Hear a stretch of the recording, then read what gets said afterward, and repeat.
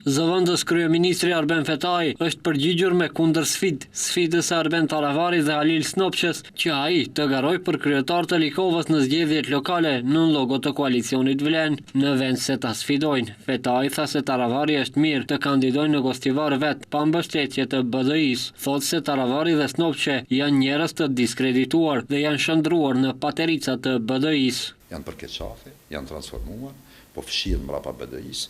Dhe në vend se të sfidojnë dikë tjetër, është mirë që të sfidojnë vetë vetën.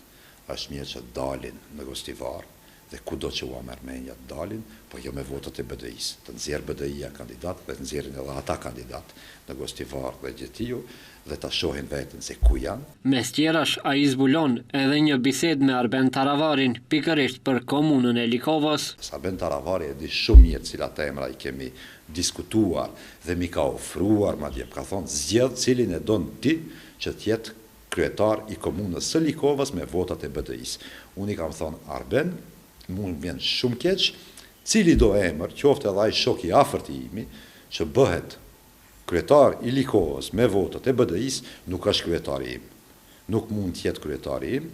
Unë nuk e përkraj asnjë zyrtar të Aleancës për Shqiptarët që del si kandidat i BDI-s në zgjedhjet komunale. Në këtë prononcim ekskluziv për televizionin Shenja, veç kësaj teme, zëvendës kryeministri Fetai foli edhe për ligjin për përfaqësim të drejtë, ndryshime që pritet të bëhen dhe përbërjen e trupit koordinues që do të përndjek mënyrën e implementimit të ligjit për përfaqësim të drejtë.